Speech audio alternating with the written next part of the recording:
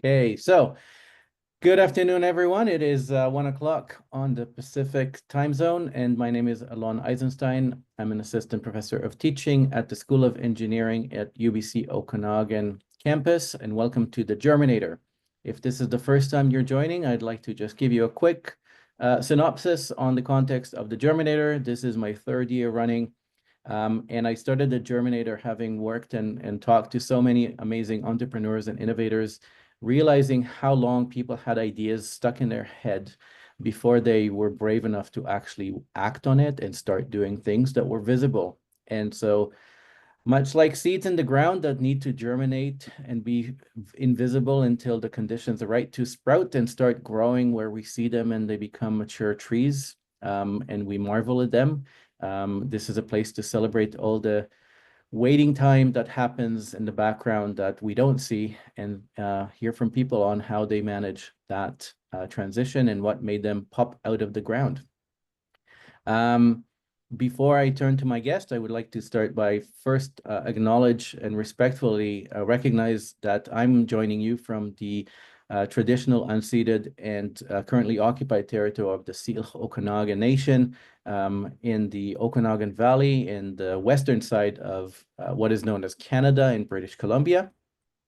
And I usually like to make reference to the Syilx nation and the traditional keeper of this territory in a way that is related to what we're going to talk about today. And because today I'm going to talk to my guest, Dawn, on artificial intelligence, it made me question what do we think is intelligence and what is not intelligence. And in the culture of the Syilx community and the history and the knowledge and the wisdom that's passed on from generation to generation, the story of coyote is a very common element that helps explain what things should be done and should not be done, which one could argue is part of the intelligence that we acquire over our lifetime.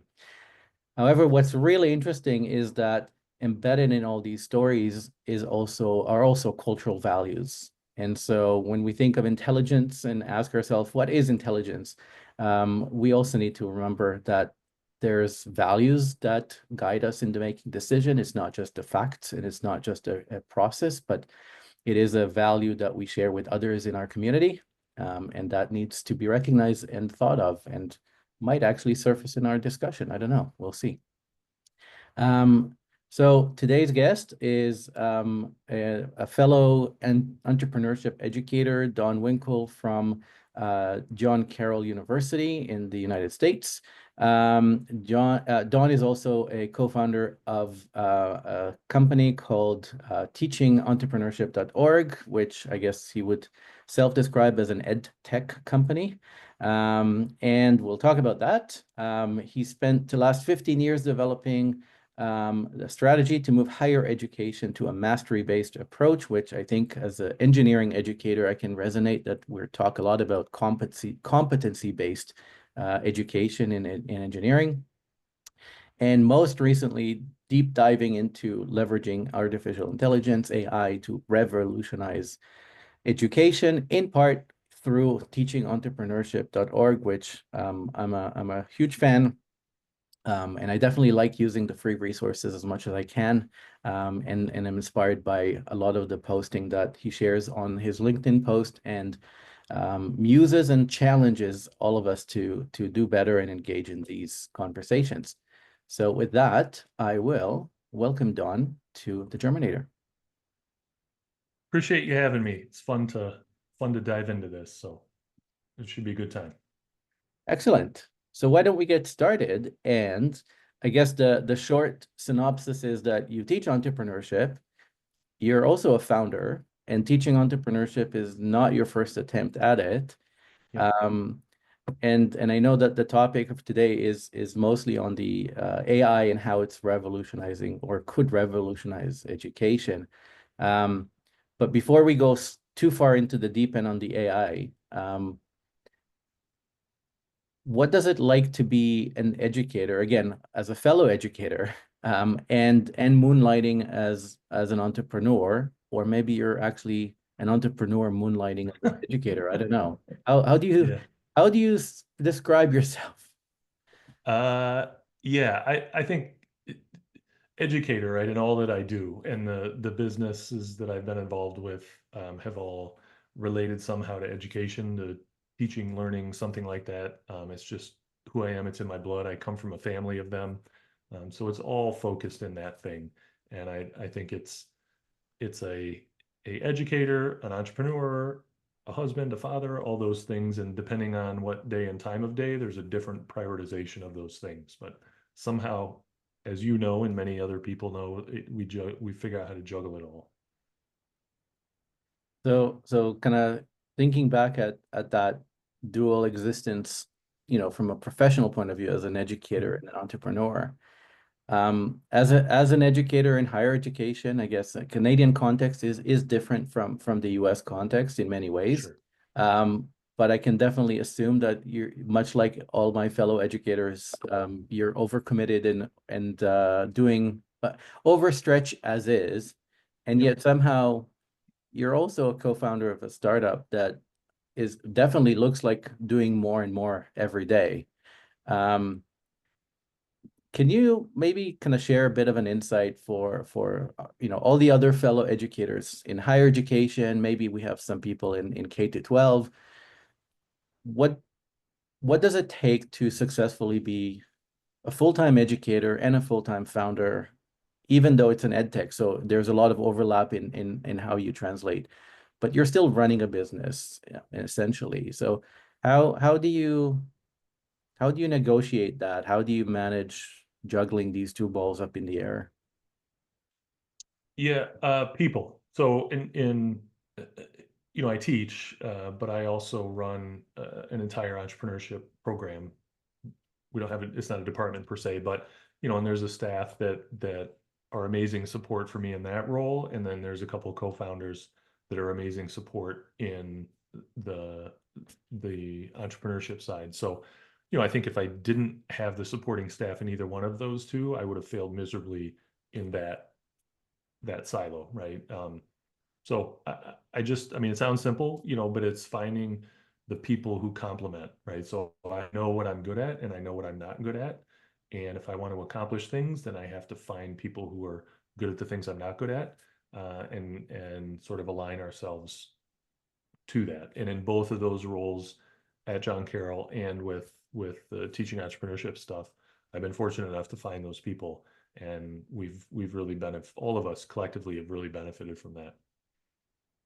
It sounds very much like a page out of an entrepreneurship course that tells you build a team, build a Yeah. good team, rely on other people, delegate.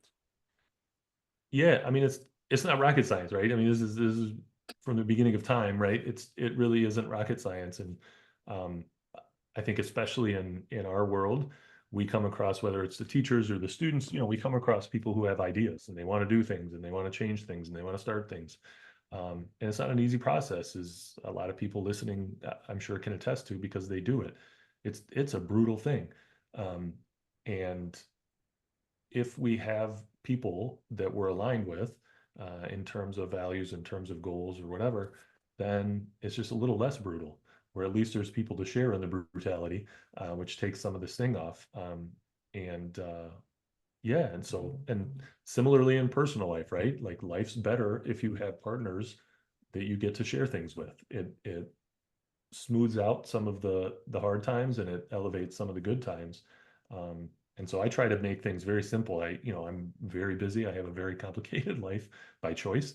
And so I try to simplify things as much as I can, and, and then learn, right? I mean, I'm 50, I've been doing this for a while, and I certainly don't do things right all the time, and continue to make mistakes and fail at things. And I have to remind myself to take the time to breathe and to reflect on things and learn from what didn't go right, so that I don't repeat it again.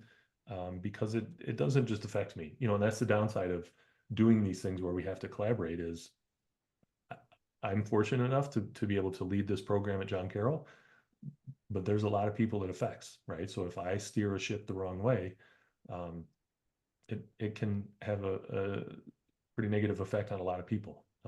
So that's the kind of thing that keeps me up at night more than the success, for me is really what impact do my decisions or lack of decisions have on others. Yeah, absolutely. And maybe kind of now that you're in the thick of things, Mhm. both with your entrepreneurship program and on teachingentrpreneurship.org, that is the edtech startup on the side. Do you remember the time before when you were maybe just quote unquote just an educator and kind of thinking about that idea? I mean, was it, and I've seen different trajectories over the years, and some of them were people that had the idea and they knew it was great, but weren't brave enough and needed to get that dose of courage. And some Yeah. people were just waiting for the right time for many different reasons, and usually a mixture of a bit of everything. Yeah. What was that process for you, before you started teaching on entrepreneurship.org?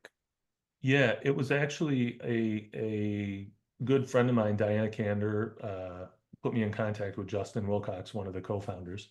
And she essentially, she was a mutual acquaintance of both of ours, and she said, "Hey, you two guys seem to be doing some of the same kind of stuff in different lanes, right? And you should talk." And we got to talking, and lo and behold, 8 years later, however long it's been, here we are. And so it wasn't anything I was intentionally looking to do. It wasn't anything I had necessarily on my radar at the time.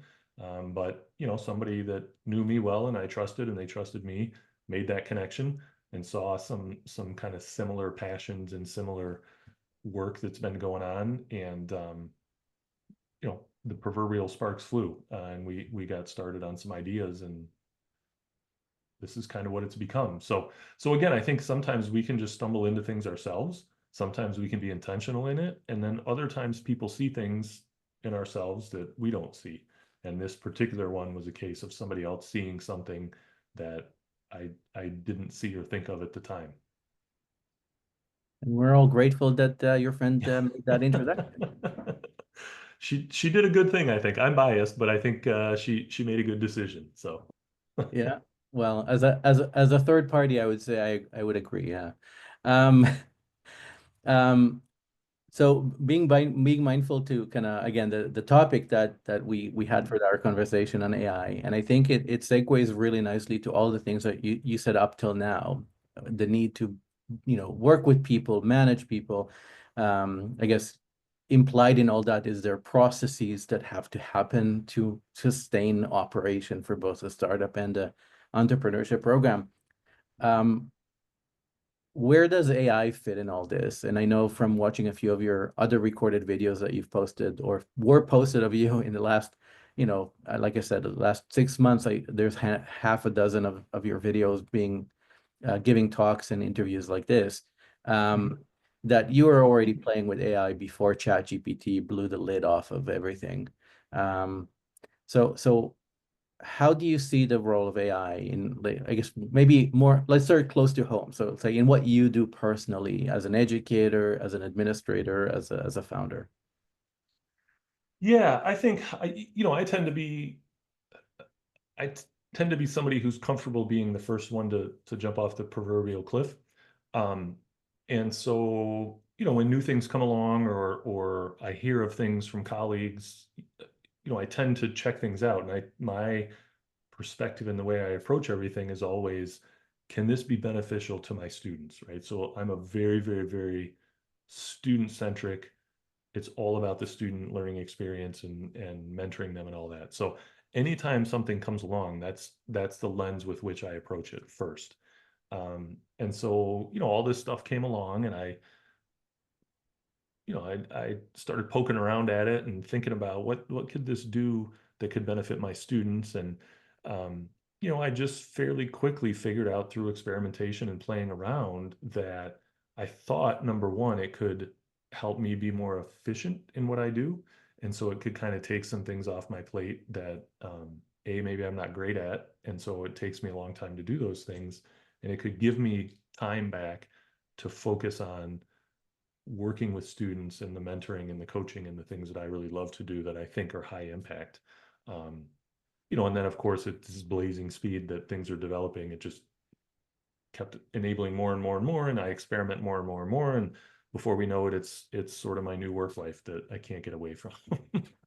um, but no, it's just an experimentation, right? I mean, it's a willingness to try things and a willingness to talk to people and a willingness to listen to other people and to connect with people on social media, conferences, whatever platforms I find myself in, to just learn like what are you doing, right? And what's working for you and what's not working for you, and me sharing with other people to kind of learn together. And as educators, I think it's a wonderful community of people who want to learn.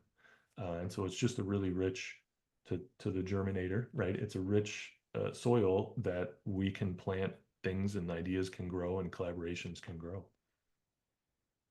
So out of curiosity, what's the best thing that AI did for you? You said like take down the things you don't do well or you don't like doing. What's Yeah. the best reward you got from AI Uh, taking it off your plate?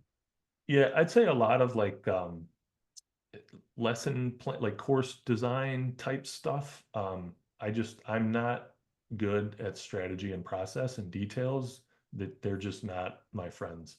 And so the process and stepping back, developing courses and or developing, degree programs, I just am not great at that. I can do it, but it takes me a long time and it's not enjoyable for me. And so speeding up that process a lot, as I tell my students, it doesn't do it for me, I do it with it. But it really just sped the process up significantly, to help me to spend less time doing it, and I think achieve a better outcome than what I could have done on my own. And do you have an example where you tried something that you wanted to get rid of and AI just was either too painful to do it, was taking too long, or just did it so badly that it's not worth it? Email. I hate email with a passion. I can't get away from it. But no, I mean, honestly, it's those kind of things, right? Where it's like, I would love to do this and maybe there's a way to do it and it just doesn't work for me, right? But there's things like that. I can't stand grading and assessment. And so I keep trying to find ways to do less of that. But you know, that's a critical part of what we do, obviously, and it's critical to the students, obviously, for many reasons. And so those kind of things where I don't really enjoy them. Um, and I try to find ways to responsibly do that, but I haven't figured it out yet. Okay. I'm gonna pause here and see because I know a few faces in the audience, and I wonder if anybody has any question that they want to ask you and share the stage. Um, Andrew, I see you're quick to unmute. Always quick to unmute. I have to put my mouth in gear, so my brain in gear before engaging my mouth. Um, I mean, I think first of all, I've known Don for quite a long time, and I'm so excited to see what he does. And like every day when I read a post about what he's doing, I go, "Oh yeah, this is part of the journey." I think the thing I love about Don is he actually understands the entrepreneurial journey. He actually understands what entrepreneurs do and how they have to go through the process, and he's trying to use AI to enforce that. Um, I think my challenge for him. Well, I guess I have two challenges. One is this is a journey, and we're like at gate one on the journey, and so it's going to be really interesting to see how it evolves. Particularly as we get to I think the big challenge for me for entrepreneurship is it should be a personalized learning experience because you need to learn at the speed your venture advances at, and therefore going through classes formally in a course like as a student is just wrong. It's like you're mismatching the time horizons. Especially for me, I work in tech entrepreneurship, and it's like, well, go away and make this work before you make any other more stupid decisions, or go check this out with a user. And it's like so. I'm interested as a challenge question in how do you match the entrepreneur journey and the delays that are inherent in that with squashing it in to a curriculum course in a university. I mean, in a way, you could say what you're doing is with teaching entrepreneurship removes that, but you still kind of designed it around structured 12-week courses. And my big problem is whether it's Y Combinator or my undergraduate courses, the time horizons are not consistent with the venture development process. Yeah. Yeah. Age-old question, right? Well, this is part of what really enamors me of mastery-based learning, and some of the things that I've seen going on in the K through 12 space, at least in the U.S. So I think that if that can start to proliferate itself in the higher ed space, I think there's something there. This notion of kind of personalization and customization and all that. Definitely not easy, but the other thing too, and I teach now at a liberal arts Jesuit, Catholic school. And in my experience, one of the things that I've stayed away from is, for the most part, is startup focus, right? The types of students at large at the universities I've been a part of should not be starting businesses. Sure, there's a couple here or there. And so, I took a step back early on and I said, okay, what really is the point here? What am I trying to do?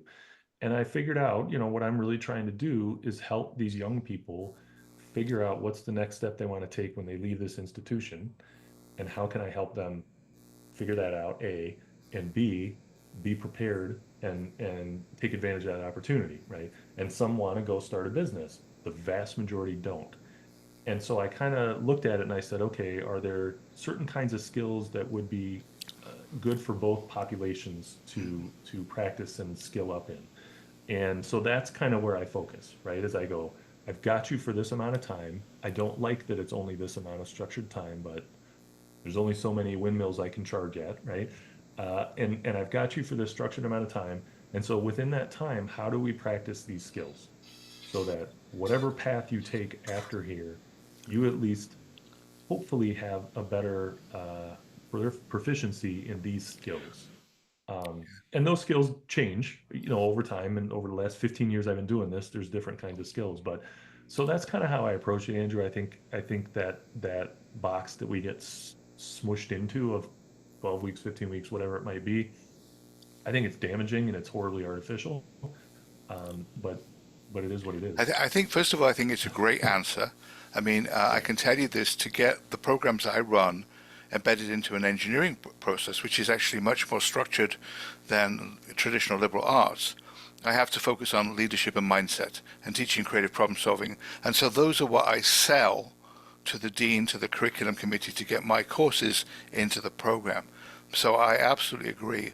I think the only observation I would make, and maybe this is a little bit too philosophical, is that the learning I want to do is always experiential. And making it experiential, I want the students in my class to solve a problem and turn it into a business. I don't expect most of them will actually end up running those businesses. I think I probably had 50 businesses a year start in my classes and 3 emerge. So don't measure me on the success of the business, but by actually working on a real business and getting attachment to that, emotional attachment, and dealing with failure, it makes it much more real. So I think that it's like, don't focus on the outcome being a venture, but it's like, why do you do experiments in chemistry in the chemistry lab? It's not so you're going to uncover some new chemistry formula. It's by actually doing the experiments you kind of understand the process and you can measure the results and see how you can improve the outcomes. And so if you view the education process as an experimental approach, where they're actually trying experiments and there's unknowns because it hasn't been done before, I think it adds complexity to the teaching process, but dimensions of preparing them for their careers. And just one final comment. I asked our incoming, I think I already told this to Alon, I asked our incoming computer science students this year at Lausanne, hey, what percentage, would you be interested in an entrepreneurial career? Like, you're coming in, it's your first year doing computer science, and 78% said they would. So teaching them skills that are a little bit more closely linked to entrepreneurship is not a distraction. My argument is it's not a distraction. By the way, my faculty colleagues in computer science still don't agree, but that's another issue. But I think so. I'm really saying that allowing them to get emotionally attached to a project and the emotional experience is actually part of the entrepreneurship education. And what I'm struggling with at the moment, and again, this is not a conversation with Germinator, but maybe offline, is how we can use AI tools to enhance the reflection part of that learning process. Yeah, well, I think not surprisingly, we're aligned fairly well, Andrew. But I think, looking at things to say there's a process that happens, and it's not necessarily about the outcome. It's about the process and the progress that students make along that process. To me, that's what's important, right? Um, and this whole thing with AI and everything that's now capable, uh, I think it changes the trajectory, the speed, the off ramps and on ramps, and the possibilities of that process and of making progress along that process for students. It certainly is very messy, no question about it. But I think, to me, that's part of the joy of this stuff now, is to experiment and to think about, how does this enable these young people to be able to navigate that process differently, quicker, with more depth, whatever the variables we want to put in there are. Can we get them further quicker?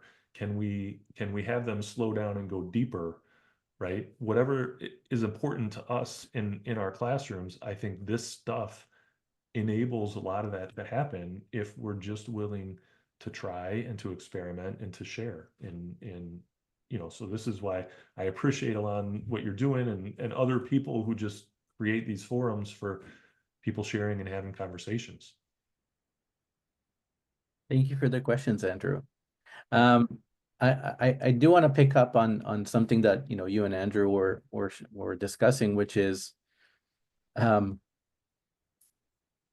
say the incompatibility of entrepreneurship education and the structured higher education system, and the fact that we are bound by a 12-week pattern. It's actually funny that because I'm so ingrained, again, being in academia for more than a decade, you probably can appreciate the whole annual cycle of an academic term. It's just so bizarre that you can't, when people outside of academia don't have the same rhythm, and you're just like, what? You're not all gearing up towards the end of term like I do. So I wonder,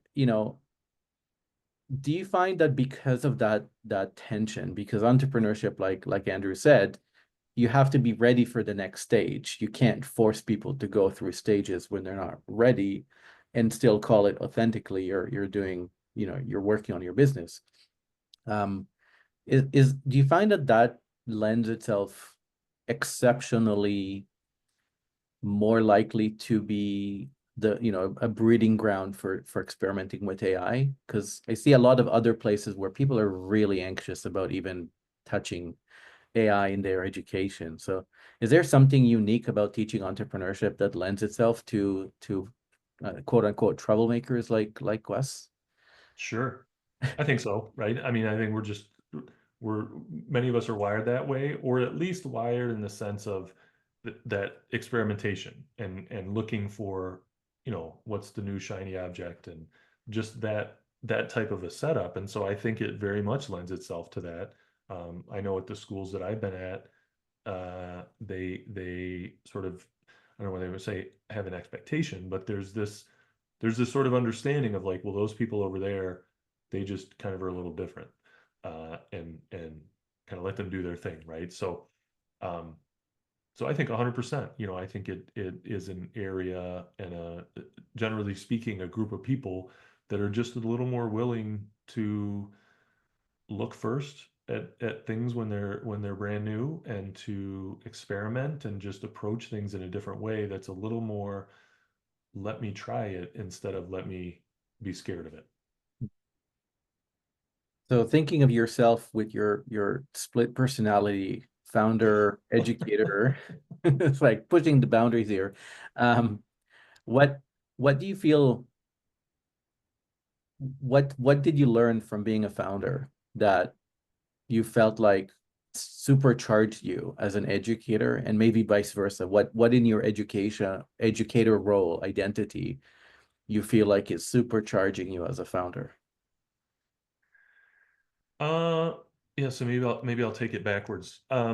So as an educator, there's tremendous frustration with the kinds of resources that are at the disposal of educators, um, and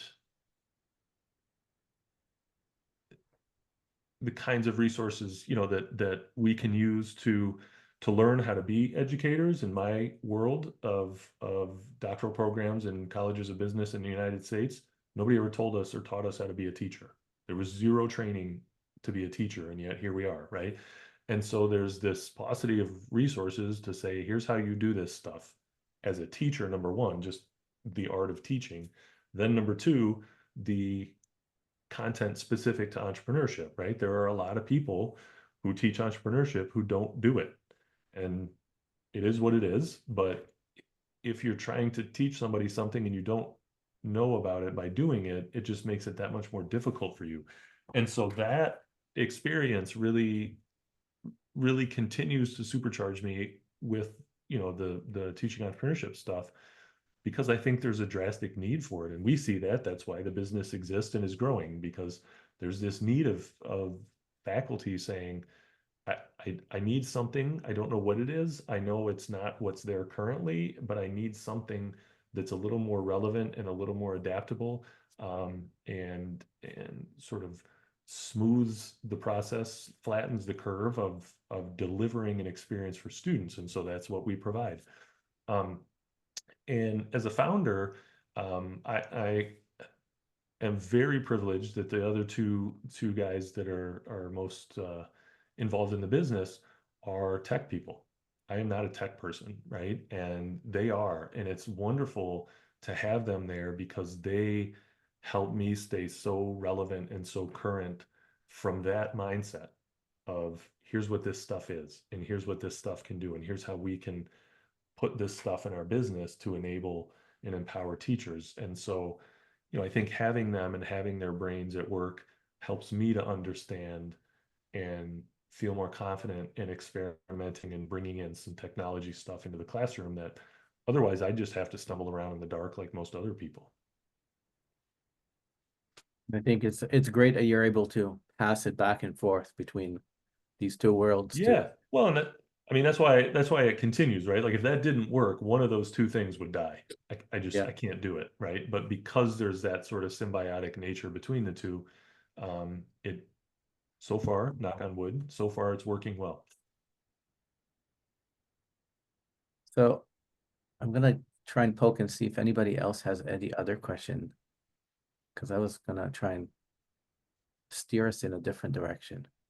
But before I do that, It's your ship. You steer us where you want. does anybody wanna jump in with any of their questions to Dawn?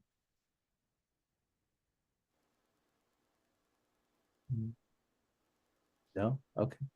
Can I? So I'll ask one. It's difficult to keep me quiet. I apologize, but this is such a great topic.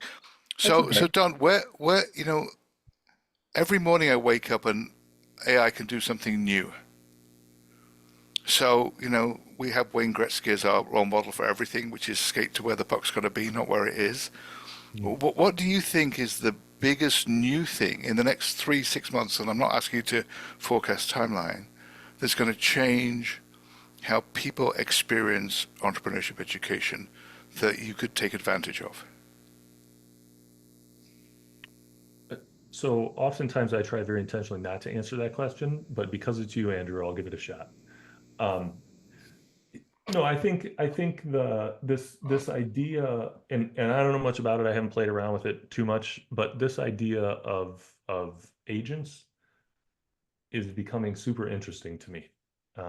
And putting, like from a teacher standpoint, right? Going from an idea, a learning objective, whatever, to building out like an entire, lesson plan, course, all the components that come with it, um, all the resources it takes. And I think all of that I would hope. I don't know. It'd be cool if that could all be even more streamlined, using some agent kind of stuff. Um, Hopefully it also gets rid of committees. That'd be awesome. You don't like being on a committee? Yet no, I'm on a lot of them. I don't like them. There was a podcast, I forgot which one I was listening to, and they were talking to a journalist who created um a virtual copy of themselves. So they trained an AI agent to have conversations like themselves, and they had them call people to interview them Yeah. as a journalist, and kind of, again, the whole podcast is about how people respond to being interviewed by an AI journalist. Um, so yeah. So anyway, so it's really interesting. Um, And it's scary. All this yeah, stuff too is very scary because, what does it take out of our hands? What are we willing to have it take out of our hands? Because it's always a choice, right? And what does that mean, right? What role do we then have in it? And how does that impact a student's learning experience? I mean, a student's put an unbelievable amount of trust in us for that we know what we're talking about, yeah. that we have their best interest in heart, and so this is one of the really big tensions I find and I struggle with is can I honor and respect that trust that they put in me while still trying to help them stay relevant and trying to deliver Mm. the richest and most robust learning experience I can. It's a Actually, daily struggle. well, so the point on trust is really kind of where I was kind of trying to lead us to, which is this idea of the demise of the importance of the curator. The fact that now, again, the concept of democratizing knowledge Mhm. came at a cost that now everybody has a loudspeaker, and you're drowned by misinformation, by you know even if it's not absolutely false, the context get lost, and then you get what people refer to as hallucination, where AI will just pull things together and create a narrative based on different sources that should not have been coalesced together, because there's no intelligence in the curation process of Right. spitting out an answer. So I was wondering, how do you work around that? And I know you've created a few very scripted plugins that use AI with a very specific, purposeful structure to it. Yeah. But I wonder, how do you put the safeguards to prevent this going in a way that it is rambling different piece of information that should not be considered together as a single coherent concept. Yeah.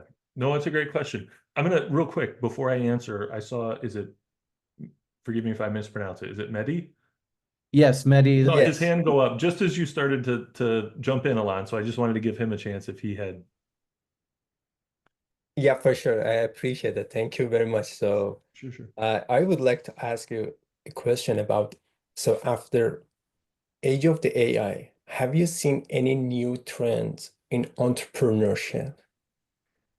Any type of trend, kind of number, kind of, I don't know, diversity in kind of venture creation, shift in the type of venture creation and anything. So have you seen something like this?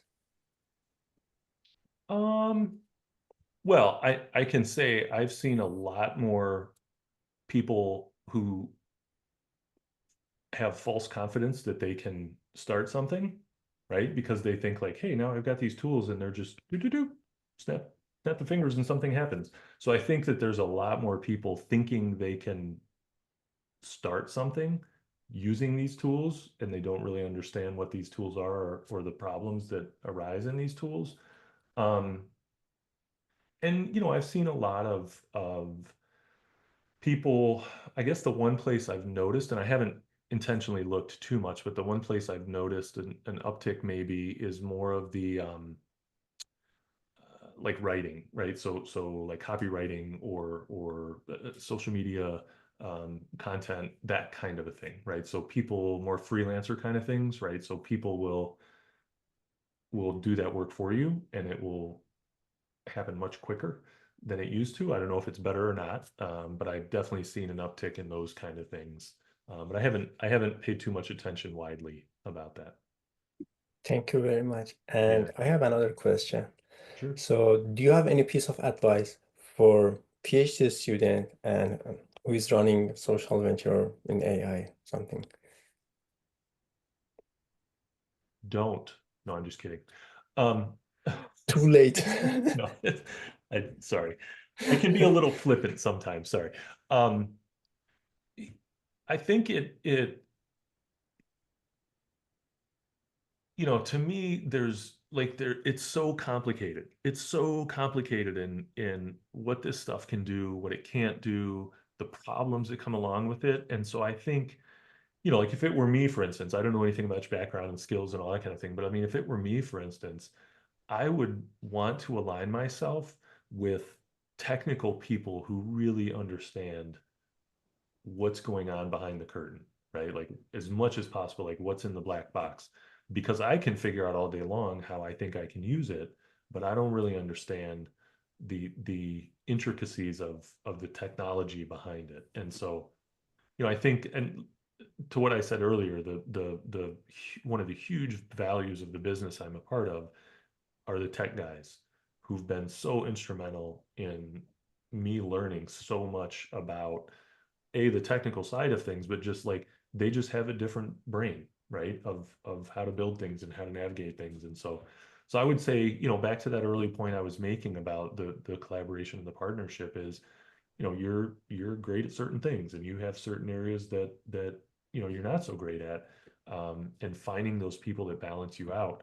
And I would say too, and this may sound strange, but I would say too, maybe like try not to go so fast because things are changing so quickly that, you might get ahead of yourself, right? And then all of a sudden something changes and you've gone 10 steps this way and this went this way. So balancing speed with some caution to not get too far ahead of yourself, where the technology takes you far away from where you want to be, if that makes sense. Yeah, thank you very much. I Yeah. appreciate it. Yeah. So back to your question, Alon. What was it again? Do you remember? Oh, we're talking about the demise of the respect to the curator of knowledge, and Oh, yeah. how do you safeguard, which is kind of what you just told Mehdi in a way, right? On the same topic. Yeah. So I think, so I work at a university, and I think this is the case for many, many, many universities. There is no policy for AI, none, right? And so each teacher has their own policy or doesn't have a policy, and so it's just the Wild West and it's mad chaos. And number one, I think that sucks for the students. I can't imagine being a student today and the amount of anxiety that this one thing creates, right? Because if I'm a student in a traditional university and I take 5 or 6 classes and I've got to be able to manage and navigate 5 or 6 different people telling me I can and can't do this and this and that and this and that, like unbelievable anxiety around this, right? And so what I do, obviously I'm a champion of it, and I'm saying let's use this stuff as much as possible. What I do is try to do it in such a way where it's participative, it's collaborative, it's, I'm not concerned about the outcome. So to Andrew's point earlier, right? I'm not concerned about you can write this prompt and get this output. I don't care. What I care about is how did you think about what to ask this stuff? And when it gave you information back, what did you do with that? How did you process that? And then how did you decide what follow-up questions to ask it, right? And so it's Mike Kentz is a guy who's done a phenomenal thing and just awesome work around this notion of grading the chats, right? So instead of, again, that outcome, it's looking at the conversation that students are having with this stuff and putting the assessment there, right? Like, how are they engaging with this? How are they having a conversation with this? And assessing their progress based on their conversational skill, right? And then within that, it can be all of these sort of ethical questions and philosophical questions of, is it right or wrong? How do you know it's right or wrong? How do you check sources, right? I mean, and all of these things that we want our students to be doing anyway, it's just another chance for us to have them practicing that stuff. It's a lot of work. There's no question about it, right? It is a lot of work to do this. But I think given the fact that all these students are doing it anyway, I see it as my responsibility, right?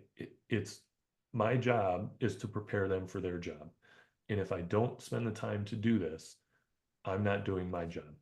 And I'm doing a disservice to them and cheating them out of what they're paying for, is my perspective. Yeah. I can add a bit of a flavor from my work in engineering, where there's so much teamwork. And with AI and ChatGPT and all the other generative AI engines that are popping up left and right, it's actually creating a new source of friction, because different people have different relationships with using AI for certain tasks. And Yeah. usually there's not a lot of agreement across the team members on what is and is not acceptable, because like you said, the policies don't exist, or and if they do, they're usually very vague and discretionary and whatnot. So I agree with you on the fact that there's a lot of uncertainty and anxiety, and it's definitely in engineering from my vested point of seeing what's happening on the ground. I guess my last question to you, and we'll see if we have anybody want to ask after that. But I am curious to hear from your experience, having played with AI, and again, kind of positioning yourself as an entrepreneur and educator.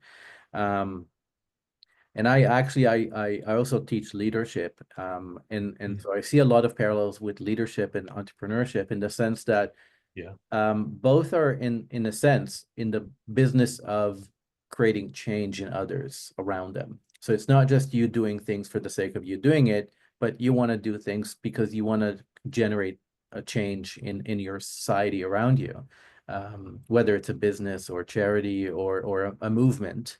It doesn't really matter, right? Yeah. And so I wonder, what is the opportunity from, again, you being an entrepreneur, teaching entrepreneurship? Again, we're quote unquote troublemakers and trying to experiment with stuff that other are not really happy to. What can higher education learn from what you've learned through risk taking and experimenting with your students in your classroom? What can the broader, less risky educators can take a page from your experience? Yeah, that's a great question. I think this has all allowed me, or forced me on some level, I guess is maybe a more accurate term, to really rethink how I do what I do and why I do what I do. And those are not oftentimes questions many of us want to think about or address, but I've just had to, right? Because of my perspective and my approach to this, I've had no choice but to look at those questions and think through them. And I think it's benefited me tremendously, because I've really had to step back and kind of retool what I do. And I think it's benefited my students tremendously, because they're getting a richer experience. They're getting a more relevant experience. So I mean, I think it's really forcing us to re-examine, how we do it and why we do it. And if we approach it from a learning perspective, we're not going to do everything right. We're going to fail at a lot of things. We're going to do a lot of things wrong. We're going to screw up, and I should have covered that, or I didn't spend enough time talking about the ethics of this, or whatever the case might be. And being okay with that and sharing that with colleagues, right? So at a university, instead of not talking about this, or having this committee of 4 being the brains that think about this, like have these much broader conversations where other people can contribute. I've learned more from English teachers about all this stuff than I have from any other discipline. I don't really have any reason to engage with English teachers before this, right? I mean, they're great people and nothing against them, but I've never like had a reason to necessarily collaborate with them or really talk to them on a deep pedagogical level. Well, now those are awesome people that have helped me so much, right? And so it creates these opportunities for this sort of cross collaboration. And I don't understand why people are trying to hide from it or be scared of it, be fearful of it. That's fine, but not to the point where you hide from it. Yeah, no, absolutely. I'm paying attention to the clock because it is 1:52, so we're down to the last few minutes. Is anybody on the call would like to have a last quick question for Dawn? Hi, Kush. Yes. Go ahead.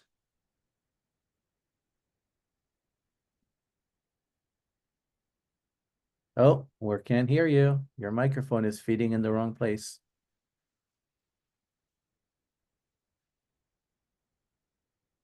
No, not yet. And it's so great to see people from all the way from the Atlantic side of the Canada. Coast to coast. We just need somebody from the Arctic. It's international. No, we still can't hear you, Kush. I don't know. Your microphone setting, it must be looking for the wrong mic. Is this working now? Oh, excellent. Okay, it was my headset. Apologies, I'm just at home cooking because it's a bit, we're 5 hours difference in time, I think, than on the West Coast. So thank you so much for the opportunity to ask a question. Some noise off here, make it a bit easier to hear. Don, just a quick question about your experience. So that, we're obviously talking about AI and what AI offers in terms of the opportunities to learn, to enable you to connect dots. And I do appreciate, that conversation you had previously about, and it may be answered based on what your answer about assessment, and assessment being not so much about the outcomes, but the process, in particular, perhaps how an individual engages with the chatbot. But one thing I've been grappling with is that, those of us who teach entrepreneurship and have, sort of been working for some time, have been fortunate enough to acquire, let's say, critical thinking skills in which, we've learned how to use AI as a tool to sort of supplement and support us. I'm curious about your experience. Do you have experiences where perhaps you've found that early learners perhaps who may not have had the opportunity to develop the critical skills, and where they utilize AI rather than using it as a tool to supplement their learning, they use it as a basis to generate answers because they have not acquired or developed the critical thinking skills, and if so, what are strategies that you may use to support the students on their journeys to develop those critical thinking skills? Yeah, it's a great question. So I see it all the time, right? I mean, it is what it is. There's a lot of students who are looking for shortcuts. There's a lot of students in the United States system anyway, who going through the public education system and even many private education systems don't learn critical thinking, right? And so absolutely, this happens all the time. So funny enough, one of the ways I encourage people is, like, for instance, you ask ChatGPT, right? So ask it, here's the situation, right? And like, just take an assignment, for instance, right? Like take an assignment where people are kind of shortcutting it and jumping beyond any critical thinking there. It's kind of like, help me redesign this assignment to, incorporate this skill, blah, blah, blah, whatever, and see what it can give you. But the other way is, again, it's having the student reflect on, explain their process, and like, for instance, instead of just posting a discussion post, or from an English perspective, instead of just like writing an essay or critiquing something or whatever, what I have them do is say, use a tool, use a ChatGPT or something to do the work. So do that. Now, spend the time critiquing that, and let's have a conversation about, what do you think about that? What did you think about its reasoning? What did you think about the information it gave you? What did you think about the sources it gave you? And so we can incorporate the tool so that they're learning how to use the tool, but then I can help to guide them through some of the skills I want them to learn. So in that sense, like a critical thinking kind of thing. So, in some sense, it maybe is it's a game of chase, right? We're always going to be chasing, and that's just is what it is. But no, I think when it comes to skills like that, I think there can be really creative and fun ways to incorporate them in the classroom, to use this technology as a tool to build those kind of skills, right? And so having it very transparent in using this and how the students are using it, and having them assess their own usage of it, and having them annotate conversations they're having with it, and having them bring other research in to document and verify, points they're making, or where they say this thing was wrong. Why? Show me why, right? And it could be they could just keep using it for the next thing and the next thing and the next thing. And some students are going to do that. And my perspective is, I don't have time to chase, right? Like if they choose to do that, I only got so much time and capacity to chase them. But for the students who want it, I can use these tools to help them develop the skills I want them to develop. So I don't know if that was a very roundabout, circuitous way in answering, but. Well, no, I think it's a good answer. I think, some of the thoughts I had about, what you mentioned is that, that there is an aspect of the students not only learning how to use a tool, but learning how to use a tool to support their learning and to support their development of critical thinking skills. It makes me think, and then it's just based on this conversation, that perhaps, we could support our students better if we were even create a course that teaches them how, like separate from perhaps the entrepreneurship education, but just part of their education is how to use tools like AI-based tools in a way that 100%. supports their learning, Yeah. which is then an input to them applying those skills in the Yep. context of something Yeah. like. So I think, being mindful of the time, I will very regretfully park it here, but encourage everybody to take away that last thought of us thinking not just within the entrepreneurship classroom but across higher education.